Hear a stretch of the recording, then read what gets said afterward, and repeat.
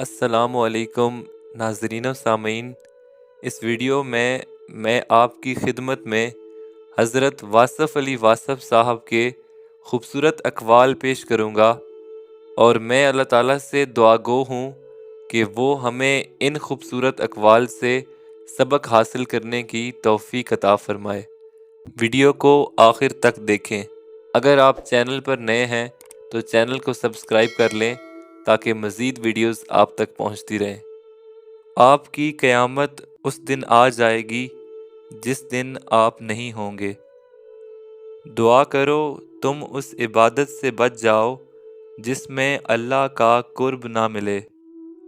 اگر اللہ معاف کر دے تو گناہ کیا ہے، اگر اللہ نامنظور کر دے تو نیکی کیا ہے۔ اگر آپ نے کسی کو قبول نہیں کیا تو یہ سمجھ لیں کہ کسی نے آپ کو قبول نہیں کیا۔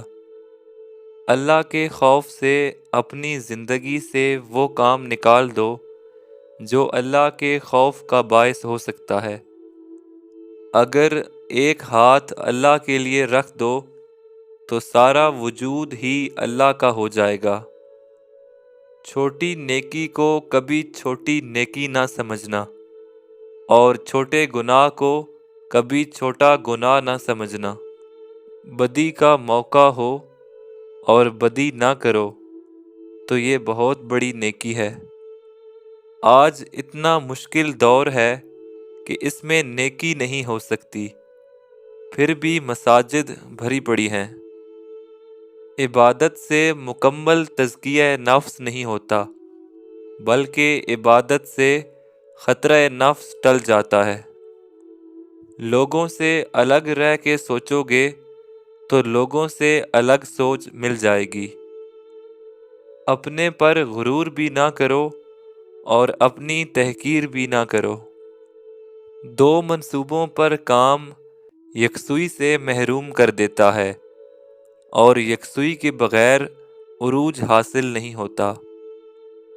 ہمارا ہونا کس کام کا اگر ہمارے نہ ہونے کا کسی کو کچھ فرق نہ پڑے۔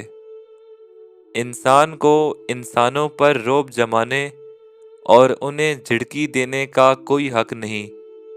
یہ نقلی استحقاق صرف غرور نفس کا دھوکہ ہے، اور غرور کسی انسان میں اس وقت تک نہیں آ سکتا جب تک وہ بدقسمت نہ ہو۔ انسان اپنا بہت کچھ بدل سکتا ہے، حتیٰ کہ شکل بھی تبدیل کر سکتا ہے، لیکن وہ فطرت نہیں بدل سکتا۔ اللہ کا راستہ مومن کے دل کے دروازے سے شروع ہوتا ہے۔ زبان اور کان کے استعمال سے پہلے آنکھوں کا استعمال کرنا چاہیے۔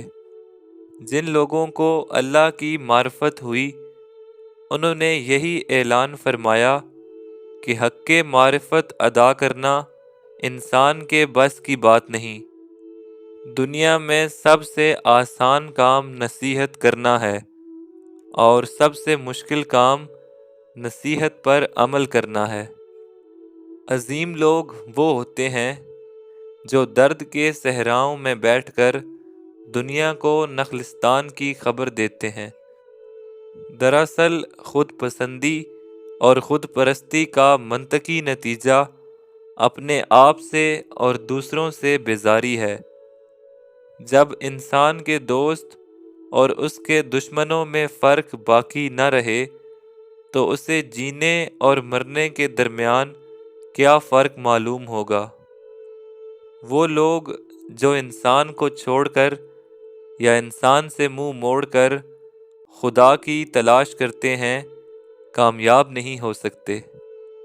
جس آدمی نے حصول زر کو مقصد حیات بنایا اس کے لیے کسی اور قسم کی بندش اور پابندی بے معنی ہو کر رہ جاتی ہے۔